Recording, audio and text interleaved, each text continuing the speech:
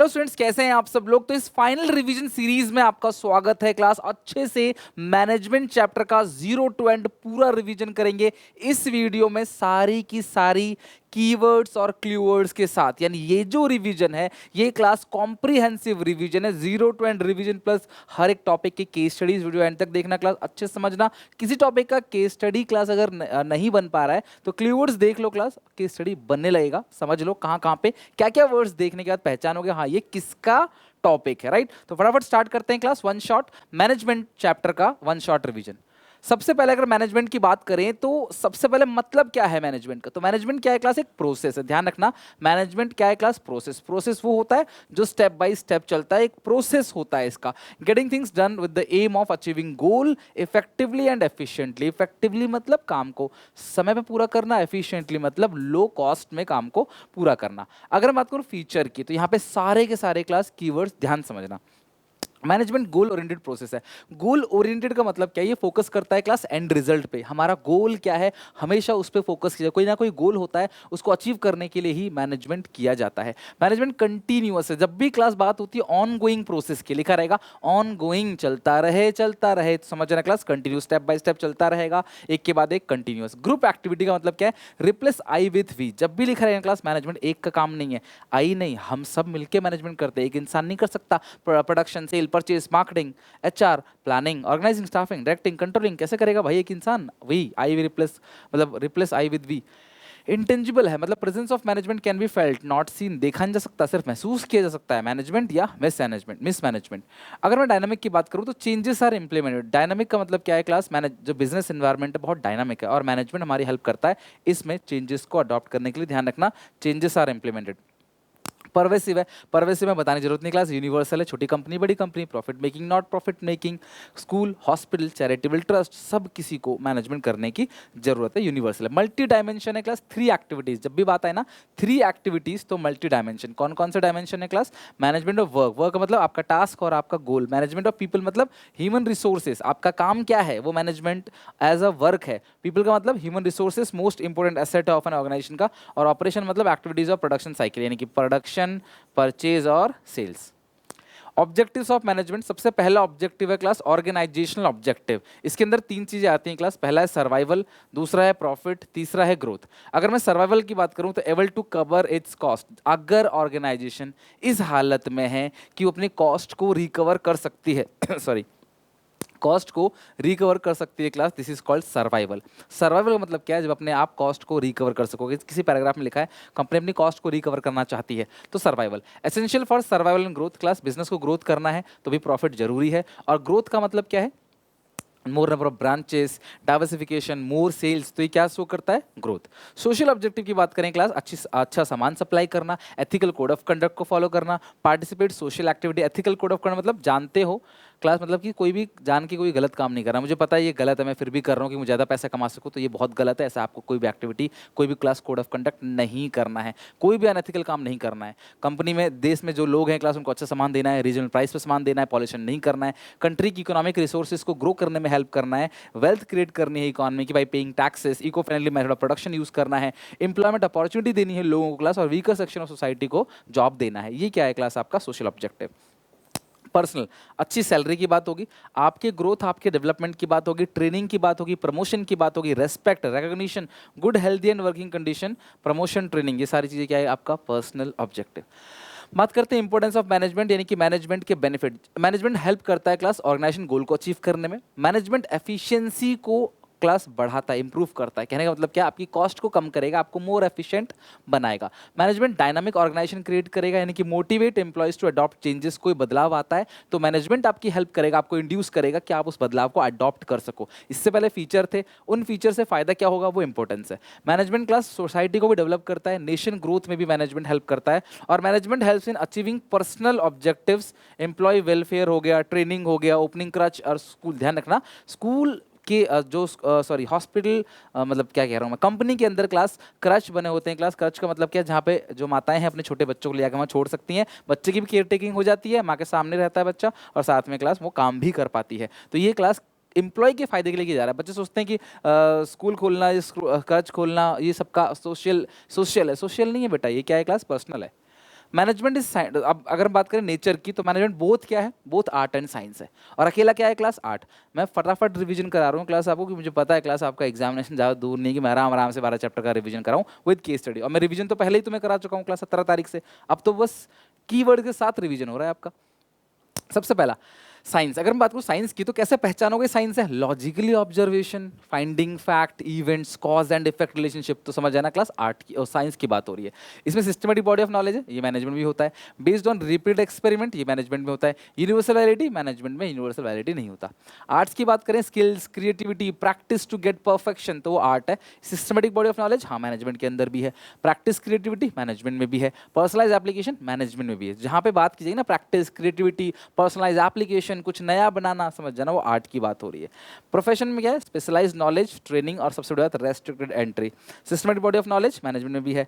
Presence of professional association, profession को class किसी association से जुड़ के रहना पड़ता है, चाहे डॉक्टर्स हो, ऑल इंडिया मेडिकल एसोसिएशन, चाहे क्लास आपका जो डॉक्टर्स हो गए क्लास, इसके अलावा लॉयर्स हो गए, बार काउंसिल ऑफ इंडिया। तो एक प्रोफेशनल जो है वो एक किसी संस्था से जुड़ के काम करेगा। जैसे आप सी की तैयारी करोगे, सीए की, तो institute of chartered accountant of India, वहाँ से रजिस्टर रहोगे टिल एंड तक, जब तक सीए नहीं बन जाते। वही आपको सर्टिफिकेट भी देगा, वही आपको क्लास मेंबरशिप नंबर भी देगा।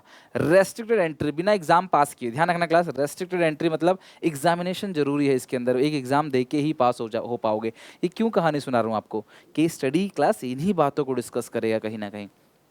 सर्विस मोटिव, यहाँ पे मोटिव सेवा करना है, मुनाफा कमाना नहीं है।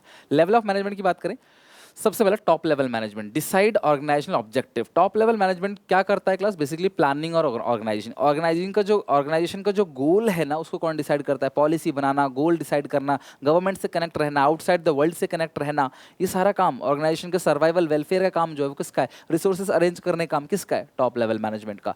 Top level management class objective decide करता है। Top level management plan policy बनाता है क्लास, जॉब देता है अलग अलग लोगों को जो मिडिल लेवल पे काम कर रहे हैं, उनकी समस्या को भी देखता है क्लास। रिलेशन है इनका गवर्नमेंट और अब्रॉड के साथ, और it is responsible for welfare and survival of the organisation. MCQ में भी पूछ सकता है क्लास, और आपको केस स्टडीज भी पूछ सकता है। ऑर्गेनाइजेशन के वेलफेयर और सर्वाइवल में ये हेल्प करता है क्लास, इसको बोलते हैं आपका लेवल ऑफ मैनेजमेंट में टॉप लेवल मैनेजमेंट के फंक्शंस। टॉप लेवल में आते कौन कौन है बेटा, कौन कौन आते हैं, CEO, CFO, director, vice president, president, CFO, इसके अलावा क्लास सीईओ हो गया क्लास, ठीक है। उसके बाद सीएफओ हो गया, सीईओ हो गया, और कौन बचा इसमें, वही बोर्ड ऑफ डायरेक्टर्स हो गया, जनरल मैनेजर हो गया, वो top level managers. Mid level की बात करें, ये स्टाफिंग का काम करते हैं। मिड लेवल मैनेजमेंट एम्प्लॉय को भर्ती करने का, रिक्रूटमेंट करने का काम करते हैं। इनका काम क्या है, जो प्लान पॉलिसी ऊपर से आई उसको नीचे लेवल भेज दो, लोअर लेवल की शिकायतों को ऊपर लेवल पे भेज दो। इट इन्वॉल्व रिक्रूटमेंट, ये मैंने बता ही दिया आपको। दे लिंकिंग पिन है वो टॉप और लोअर लेवल में।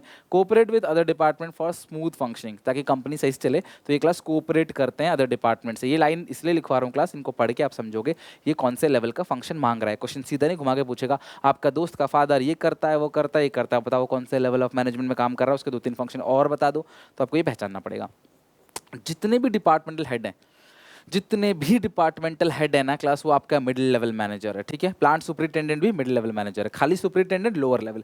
लोअर लेवल मैनेजमेंट को ऑपरेशन लेवल, सुपरवाइजरी लेवल बोलते हैं, इसे क्लास फर्स्ट लाइन मैनेजर बोलते हैं। क्या बोलते हैं, फर्स्ट लाइन मैनेजर। ये क्या काम करते हैं, डायरेक्टिंग और कंट्रोलिंग। ये ऊपर की जो वर्कर की प्रॉब्लम है उसको ऊपर तक लेके जाते हैं क्लास, मिडिल लेवल तक लेके जाते हैं, और ऊपर से कोई क्लास अगर ऑर्डर आया उसको वर्कर तक पहुंचाते हैं। ये सारा मैनेजरियल लेवल है। इसके जो नीचे आते हैं क्लास, उनको बोलते हैं workers. They are not managers, they are workers. तो इनकी हेल्थ का ख्याल रखना, इनकी समस्याओं को ऊपर तक ले जाना, ये सब काम किसका है, लोअर लेवल मैनेजमेंट का। गुड हेल्दी वर्किंग कंडीशन मिले इनको काम करने के लिए क्लास, हेल्दी रिलेशनशिप बने सुपीरियर सबऑर्डिनेट के बीच, और ये मिडिल लेवल मैनेजमेंट की हेल्प भी करते हैं रिक्रूटमेंट में, है ना। रिकमेंडेशन देगी, ये एम्प्लॉय अच्छा है, इसको प्रमोशन कर दो।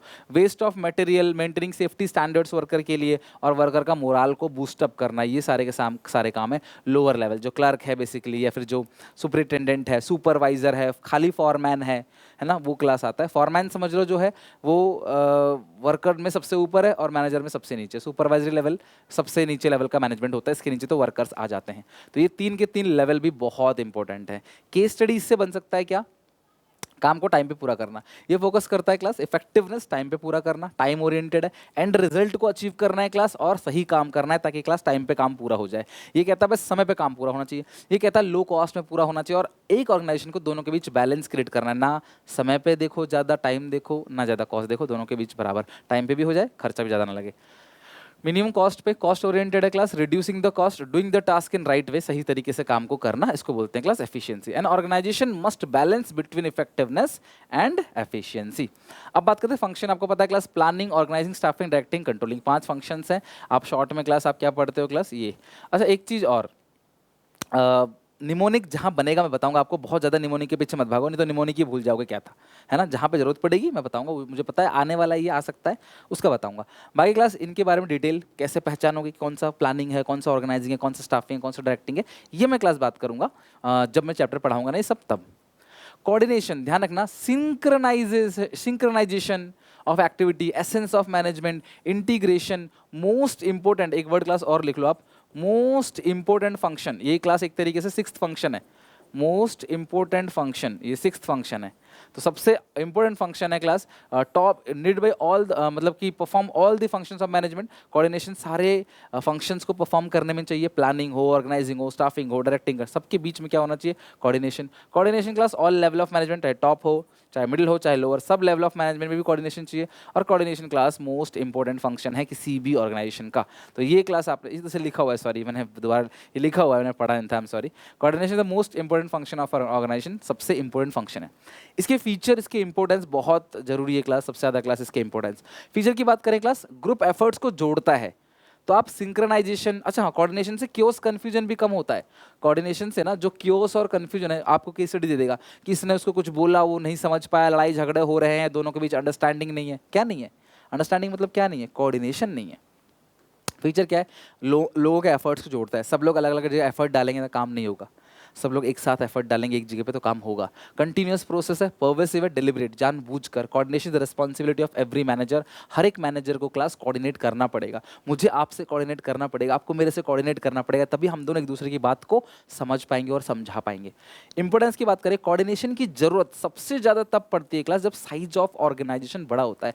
लार्ज साइज ऑर्गेनाइजेशन है तो कोऑर्डिनेशन की बहुत ज़्यादा जरूरत पड़ेगी सारे एम्प्लॉयज से क्लास कनेक्शन बनाने में।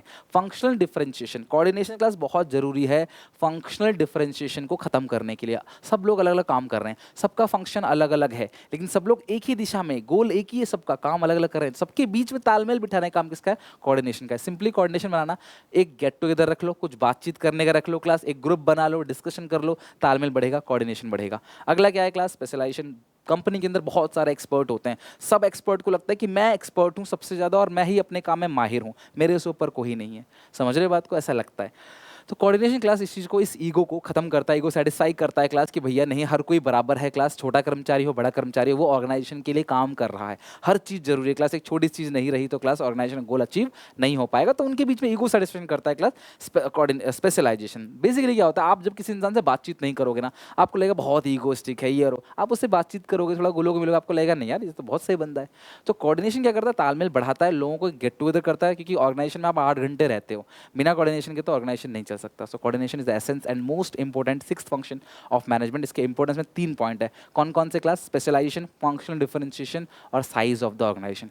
इन टॉपिक में से जो भी तुम्हें याद नहीं हुआ, कमेंट सेक्शन में एक बार लिख दो, तुम्हें लंबे समय तक याद रहेगा। कमेंट में नहीं लिखना तो अपनी कॉपी में लिख दो, बट लिख लो ताकि वो लंबे समय तक आपको याद रहे। मिलते हैं नेक्स्ट वीडियो में क्लास। ये चैप्टर हम लोगों ने खत्म कर दिया अच्छे से, ये चैप्टर हम लोगों ने खत्म कर दिया अच्छे से क्लास। मिलते हैं नेक्स्ट वीडियो में, तब तक के लिए take care, bye bye, god bless. Video अच्छी लगे तो लाइक करना है क्लास। यहाँ पे केस स्टडी कीवर्ड्स के साथ मैंने अच्छे से आपको रिवीजन करा दिया। बाकी केस स्टडी सीरीज तो चल ही रही है क्लास, अब वो मैं डाल ही रहा हूँ आप लोगों को, तो आई होप आपको अच्छे समझ सब कुछ आ गया होगा। बाकी मिलते हैं नेक्स्ट वीडियो में, take care, bye bye, god bless you.